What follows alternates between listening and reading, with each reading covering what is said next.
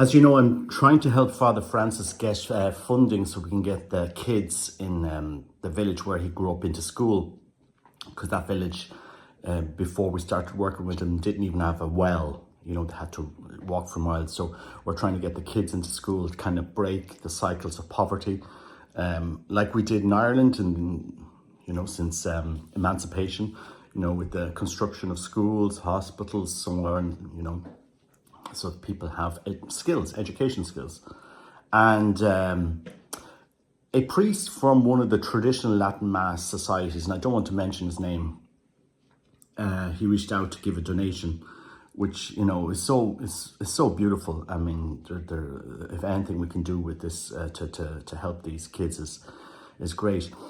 But I was just there thinking afterwards, what if the traditional movement became known as the biggest movement for child education in Africa? Yes, the Mass is extremely important and we need to renew the traditional Latin Mass. But what if people saw the fruits of our love for Christ in that Mass and not the division we're creating with the liturgy? If you just think about it, if Pope Francis said, well, no, this guy, for example, Taylor Marshall, he's 500,000. Oh, no, we can't crack down on the traditional Latin Mass. Taylor Marshall is funding, his followers are funding 1 million people in school and 1 million kids in school in Africa or something like that, you know, the thousands of schools. And this is the fruit of the traditional Latin Mass movement. We need to be careful, Holy Father, in how we move here. Do people not see, like, we're talking about the fruits of our encounter with Christ?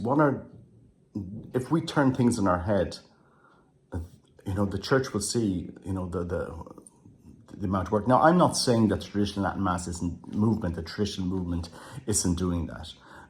You know, the SSPX, they do have apostles out there, the Institute of Christ the King and others. I suppose we're not giving, the PR hasn't been done. You know, there needs to be a bit more PR in this so that the church sees the fruits of our encounter in the Eucharist.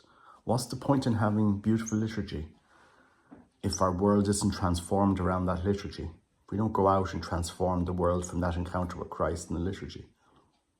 Think about it. You know, so I just like it's time to turn things on its head, you know, stop dividing ourselves over these things and work to where Christ is calling us out to. Feed the poor. You know, feed the poor. Yes, look at what Mary's Meals has been doing. 2 million kids a day are getting fed. And if the church united around Christ's mission, we wouldn't be fighting back here.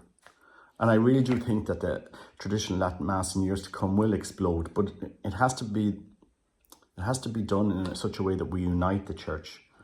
We unite around the Holy Father, you know. And I think if we show the Holy Father what we're doing from this beautiful liturgical, you know, the Mass is so beautiful. How can we not renew it, guys?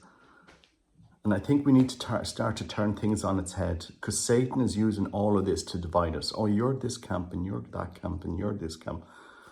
You're that. You know, it's what Our Lady warned us. Compromise. We're compromising.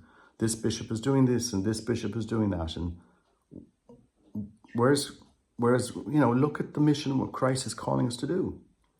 You know, we have to send kids to an Anglican school. We've no Catholic school there. It's the only school. Can't get the kids to anywhere else. We don't have any other school.